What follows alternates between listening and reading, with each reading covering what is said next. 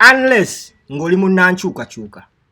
Naye oba tuli munanchuka chuka nkwegayiridde video giyiteko kuba bingenda okwogera tebigenda oyinza obutabitegeera. Thank you so much for watching. Manya bampita Kalirugambo Promax Simple MC nga bulijjo mba nkusazeeko. Ekiri ku mikutu lwe lutalo ba foot soldier lubagudde ku Ssalongo Ronald Nsubuga bali mwezo Lord Mayor w'ekibuga Kampala. Obuzibu bwavudde ku statement gye yakola ng'agamba ba foot soldier nti totawaana kujja mu ofisi yange kunsaba mulimu nga oyambadde bubi ng'enviri ziri eri. So many people babadde bagezaako otambuza ekifaananyi kya President Robert Kyagulanyi Ssentamu Bobi Wine edda ng'akyalina enviri nga baagala okukozesa eyo excuse okuba bali mwezo. Naye ate muneefe abasinga tutegeera tetuli basiru. I'm so disappointed mu basajja abambe mbadde sisuubira kuvaayo kuwa nsonga eno makulu. Nalabye Dan Magic ng'ajogerako nendaba Modokai Mulisa naye ng'ajogerako. Banaye, this is not rocket science. Kano kantu katono nnyo. Gwe tula wansi weebuuze lwaki President we yali ayingira ebyobufuzi yasalawo n'asalako enviiri ze yali amaze nazo emyaka egisoba mu 20. Kozesa obwongo bwo okyebuuze. Gwandaba ekifaananyi ekyo w'okiraba ku screen gwe tekikusanyusa tekyawukana ku kiri. Of course tesobola kujjawo the fact nti President yayinako ku nviiri naye waliwo w'otuuka ng'enviiri ezo zikomye. Olugendo lwe yalimu ng'akyetaaga enviiri ezo lwakoma. Kati olugendo lwalimu lugatta abantu ffenna waliwo abalasita n'abatali balasita. Yensonga lwaki yagamba sigenda kuwa bantu kyakwekwasa ndi tetusobola kuwa oyo kalulu ayina ebiviiri enviiri n'azeggyako purposely nga tayagala kyakwekwasa. Ekirala ne mu mateeka mu Parliament gye yali agenda amateeka gaali clear enviiri ze basala mu Parliament n'ennyambala gye bambala eri mu mateeka. You are an honorable man. Kati bali mwezo okubeera n'akola statement eyo si nti tabaagala, no, he's trying to build someone because n'omukulembeze tasobola kuwa mulimu ekyo nkikugamba. Tasobola gukuwa ng'ogenza ogusaba ng'otunula ng'omuyaaye because babadde batutambuliza ku ekyo nti bali bayaaye banywi banjaaye. Kati fada kye yakola yasooka kubanga abajjako empiki eyo kubanga baali beetegese ogikozesa. Kyova olaba nti ne we yaziggyako enviiri n'atandika okwambala obulungi n'atandika okwambala ng'omusajja ali respected baagezangako okuzza ebifaananyi bye ebikadde. Wabula naye musajja mugezi yakozesa the same statement n'abagamba nti ze sobola kwevuma my past kubanga it was my past that nurtured my present.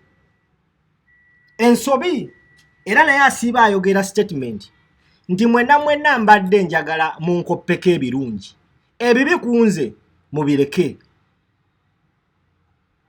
Kati bali mwezo vayo n'agamba abavubuka because abavubuka like abadde bastorminga nnyo ofisi ye ozze oyambadde bubi oyagala mulimu akutwale wa ED.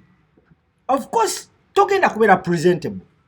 Avuddeyo akibagambyeko ate mutandise okuwogana nti amaze okutuula mu ntebe atulese. Wakola ki ekyamaanyi?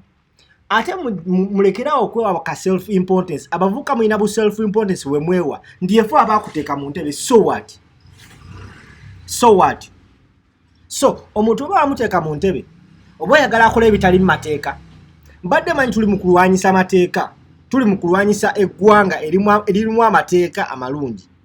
So mulekerawo ebintu by'okwewa nga self importance nti ffe twamulwanirira twamuteeka mu ntebe eyo kati atwejjeeko bale mulekerawo that rubbish.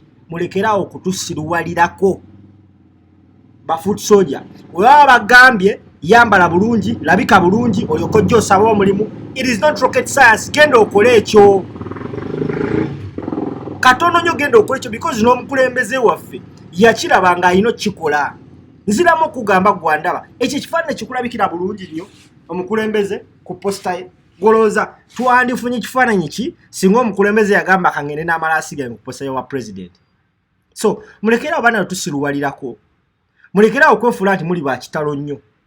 ate mulekerawo okumanyira abakulembeze nze bali mwezo jju kuggwe nfa naawe ey'ensonga nkulu nnyo tayina kye yakoze kikyamu in fact mwandibadde saa zino mumupraisinga nze ndi disappointed kati abantu abasinga tebalina kabbandi wagonism olw'okuba balabe Danny Magic akyogeddeko balaba Danny Magic is close to the president baagala okiteeka president mu ya sanctioninze tewali muntu asobola kera kumanya sanctioninga such a thing. No one can wake up one day n'awagira abantu nti bakulu bali mwezo olw'okuba yabagambye tojja mu ofisi yange ng'oyina amalaasi okiba mu ofisi yange gy'ojjamu ng'oyina amalaasi ya nnyoko ofisi ya nnyoko gy'ojjamu ng'oyina amalaasi. So bannaye tuli mu kuzimba eggwanga bwe tuba tuzimba eggwanga tetugenda leka any stone unturned. President yavayo n'abagamba mwenna abataasoma mukozese omukisa guno muddeyo musome kubanga wentuula mu ntebe tonsuubira olw'okuba nti walwana nali soja bino bemweretawo importance mbu fa abakuteeka mu ntebe ate nkuwa omulimu nga ng'oli incompetent asiiba abagamba omulimu gulina kgenda wa muntu agudeservinga ne woba ng'olina obwongo naye nga presentation yonfu you don't deserve the job. You have to be 100% accurate okuaninga that post kubanga ekintu kyo kyemulwanyisa kinene it's bigger than what we think. Tulwanyisa statement gye bazze batuteekako nti we are hooligans. Kati gogenda gana ato omuntu okuyita hooligan ng'ogeze mu ofisi ye ng'oyambadde ebipale birabika bubi oyina agaviiri owunya like seriously.